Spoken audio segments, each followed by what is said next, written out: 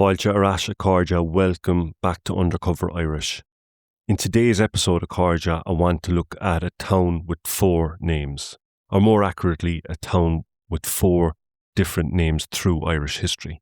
And just like we've looked at before, anytime we look at Lug Anamnacha, in other words, place names in Ireland, what we're trying to do is we're trying to peel back the layers of history that are involved with that particular place. Now, think for a second, how important is a place name?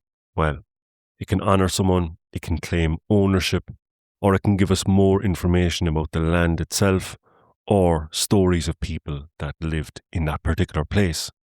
And when you look at the map of my own county of Cork, Cúnta Churkey, what you'll notice is that in the English version of those maps, 90% of place names will be a situation where the original Irish name, Oscailga, has been anglicised and loses its meaning. Sometimes it's translated and keeps its meaning in English, but more often than not, it is anglicised and therefore loses the meaning or the story that was attached to it.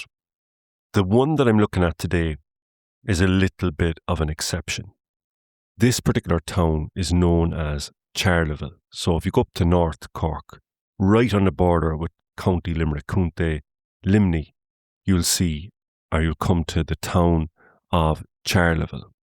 And this particular town, when you see the translations, Oscailga, the Irish translation, more often than not, it's written down as An Ráth. Now, this gives us our first starting point in history when we peel back the layers of this particular area.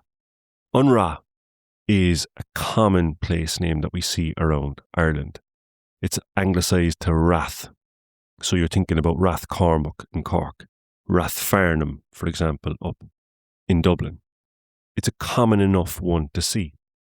And a lot of the signs in Charleville will translate or will have the Irish representation of the area as An Ráth, A-N or A-Fada-T-H. Now, this tells us and gives us information about Charleville, or the area known as Charleville now. Back, you're talking maybe 500 to 1000 AD. We know, for example, now from that name, An Ráth, that there was a ring fort in that particular area. And what a ring fort is basically you're talking about kin-based societies, so people working on the land, living together, and enclosing their area for protection and to give themselves a bit of status as well. So we know from this name that in this particular area there would have been a ring fort or a Ráth. Now, if we go forward in history from An Ráth and we trace through the place names, and the Lug Anamnacha is a fantastic resource to look at things like this, but if you come forward, all of a sudden the name changes from An Ráth to Rathgogan or Rathgogan or Cogan's Rath. So this is the first example of what is now known as Charleville having a name imposed upon it. And the person that's doing the imposing in this case is a Norman invader.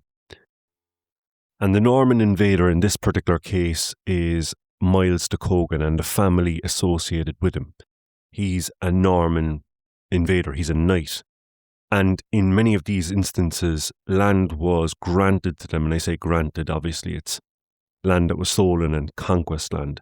But it's granted to him by the Norman king and in exchange for military service. And de Cogan is associated with battles and wars around Cork in particular and Munster as the conquest is rolling on. This is the start of what later becomes basically British imperialism or English colonisation of Ireland. It's the opening shot, if you like. And what we see is his name implanted on where Charleville was, An Ráth. And you see different variations of this. Rathcogan, Rathgogan, Rathgogan, even some of it is Gaelicised by somebody as they write in the different resources that we have today. So this shows us the next period of Irish history. It shows us the Norman invasion and the start of it. And what you see is a tension between the native Gaelic systems, the kin-based systems, the Brehon law, the attitudes towards land, the attitude towards ownership. And what's coming in is a feudalistic system, a Norman system, which is trying to change that relationship. It's trying to change the idea of ownership of land. It's trying to change the idea of how a society operates by breaking the Brehon law and the tradition that was there and imposing a system of feudalism onto Ireland and onto the Irish people. So what we see at this point in history, ironically enough, is that the Irish language survives the conquest, but identity shifts from community to ownership. The word stays Irish, but the power doesn't.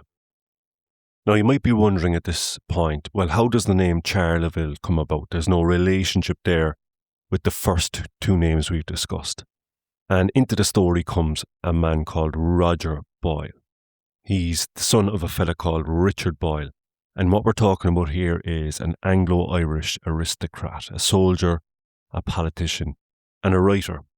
And he is born into one of the most powerful plantation families in Ireland.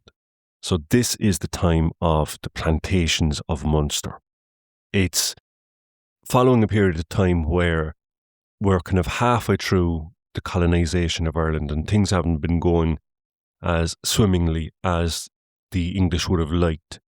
And so one of the tools that they use is a sequence of plantations where, following rebellions or just distrust, the native Irish population removed from their lands, and of course they start with the most fertile areas, and in their place are planted people who will be loyal to the crown. And of course Boyle is one of these.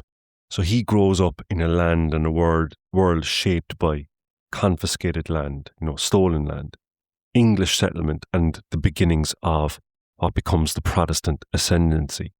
It's important to know he doesn't just inherit the place that's been given to them by this system, but he inherits a system of control. Now, he had fought for the Parliament side of the English Civil War, so that's Cromwell. So he had been a supporter of Cromwell. But he switches sides. So he switches his allegiance to the crown, and he kind of survives that kind of regime change.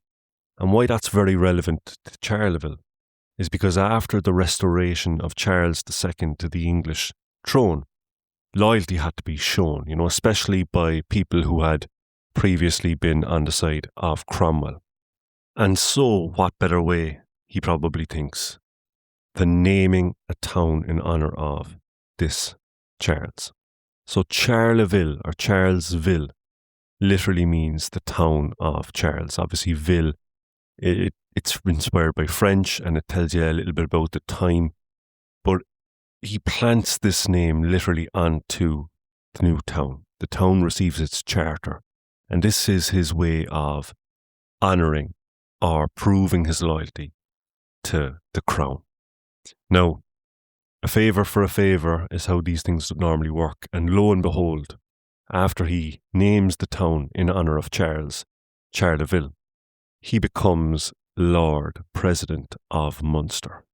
Lord President of Munster in 1661. So he's elevated this title, formalised earlier, but it reinforced the status post-restoration. And this is really important because so far we've seen three different names. The first, an Irish name, a Gaelic name, a name Oscuelga that carries meaning, a location and information about the place. The second is a Norman name planted onto the Irish name, but the Irish remains side by side. But in this particular iteration, Charleville, the name originally, or the original name is quite literally deleted, obliterated from the map, or that's the intention certainly. And in its place is a very deliberate statement of power, a statement of ownership, Charleville. And what I find interesting looking back at this and looking through the archives and Loganimnach in particular is, while that name is put on the town, most Irish speakers or most people locally continue to use the word An Ráth, or maybe even Rathgogan, the previous one, the hybrid of the Irish and the Norman.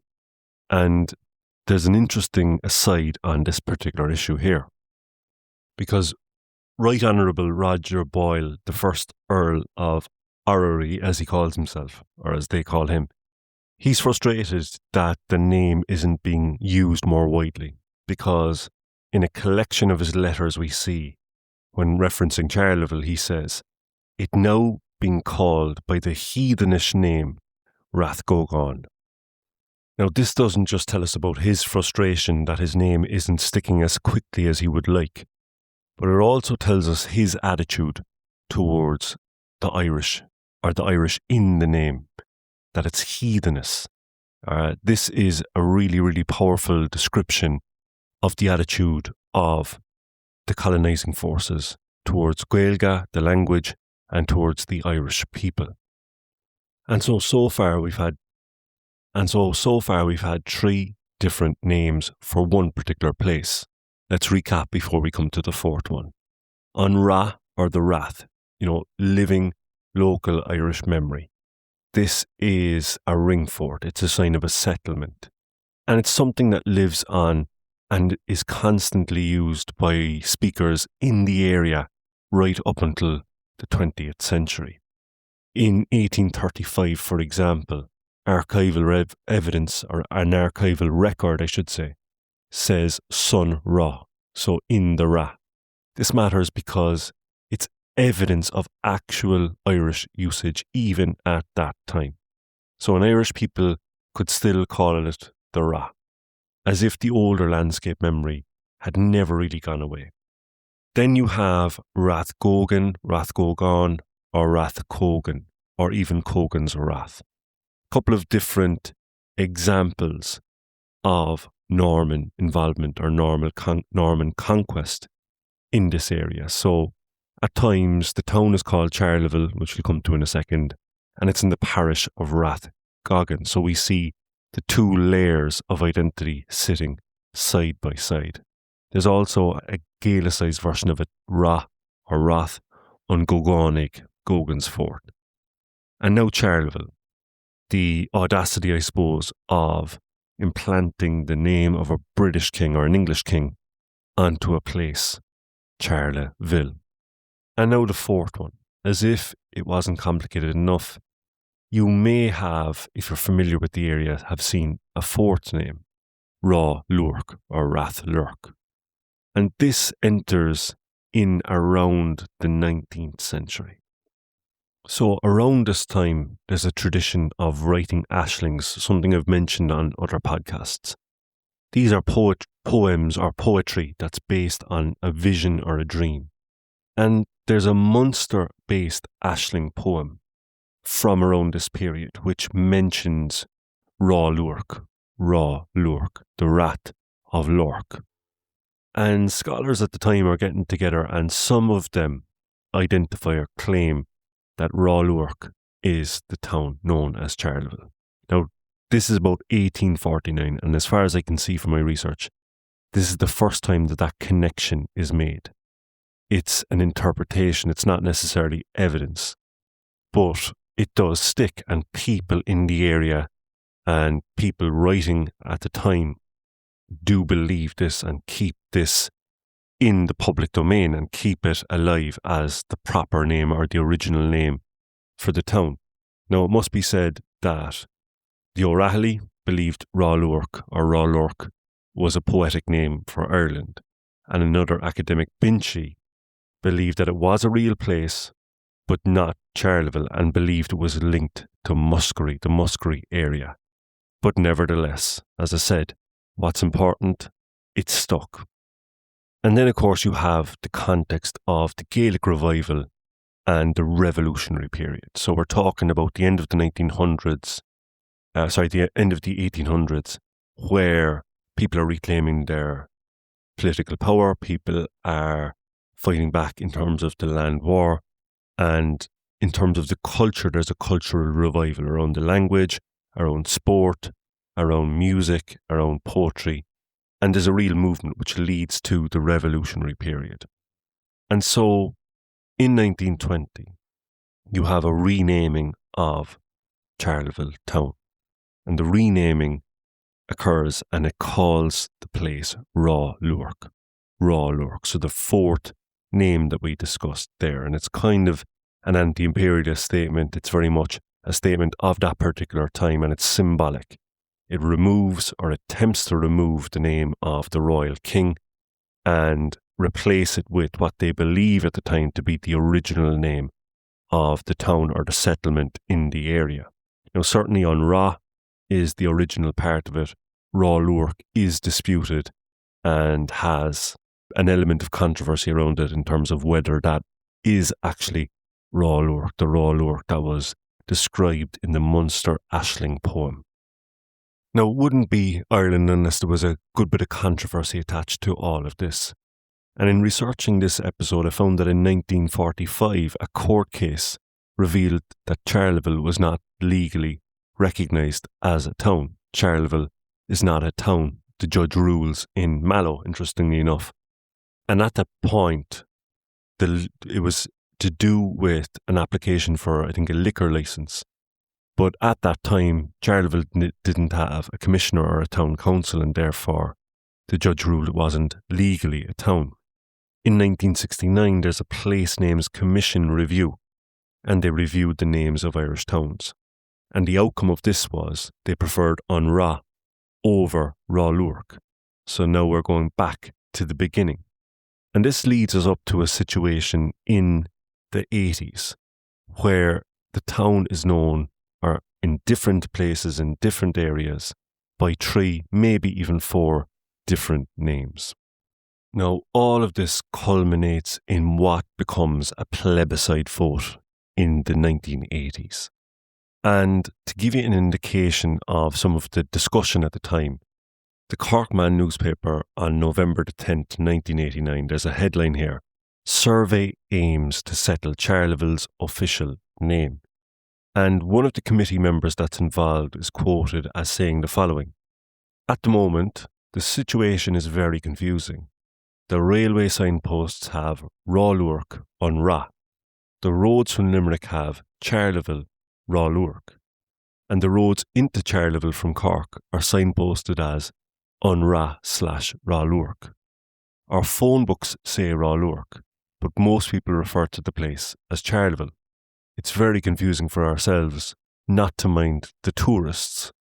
And I think tourism, end of quote, sorry. I think tourism and business do play a big role in this particular move to settle on the name. The article says then, although the most common names for the town are Charleville and Rathluirc, some people prefer to use the Irish name An Ráth, and there was even a time when the area was referred to as Rathgogan. That's the one we discussed in terms of the Norman invasion. However, the article continues, however, it is the use of Rathluirc on the signposts and at the railway station that has caused all the confusion. This summer, an American tourist ended up in Killarney, having failed to see a sign at any railway stop for Charleville, which is where she was going.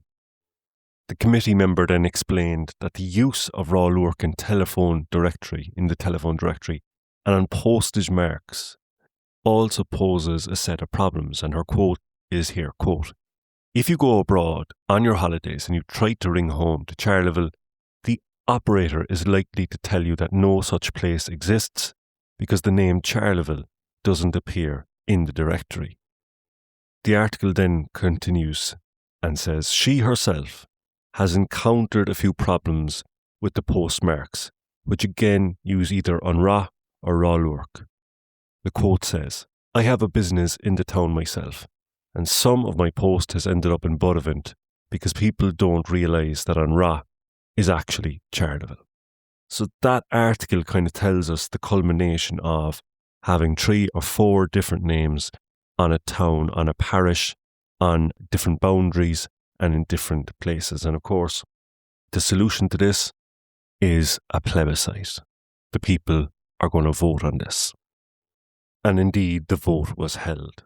And in an overwhelming majority, so it was about 90% voted for the name of Charleville to be the official name of the town. And while it might have settled that particular debate, it hasn't settled the Irish name for the town. An Ráth still appears and An Rathluirc still appears in different places. A card sin a will for this episode. I hope you've enjoyed it. I hope you've enjoyed this journey through Irish history using one town and the different place names associated with it, implanted on it, attached to it. It gives us food for thought, not just in terms of the history itself, but it gives us food for thought as to the importance of place names. And if you've enjoyed this particular episode, please do look back on a couple of associated episodes, like, for example, Ireland as a Body, where we talk about all of the different place names that are associated with the body. If you've enjoyed this episode and you want to support the podcast, please do over on Patreon, a Carda. Look up Patreon, Undercover Irish. I'm extremely grateful to those people who support the podcast, and what I will do is I'm going to share some of the more interesting aspects attached to this particular story over on Patreon. So if you want to see some of the extracts from the articles I discussed that I found when doing research on this particular podcast, jump over to Patreon, and I really appreciate all of the support I receive on that. Gurv mila maguv a carja. So for me a carja, sin a will, slán go fóil, berigi bua agus gurv mila magat as ocht fellow.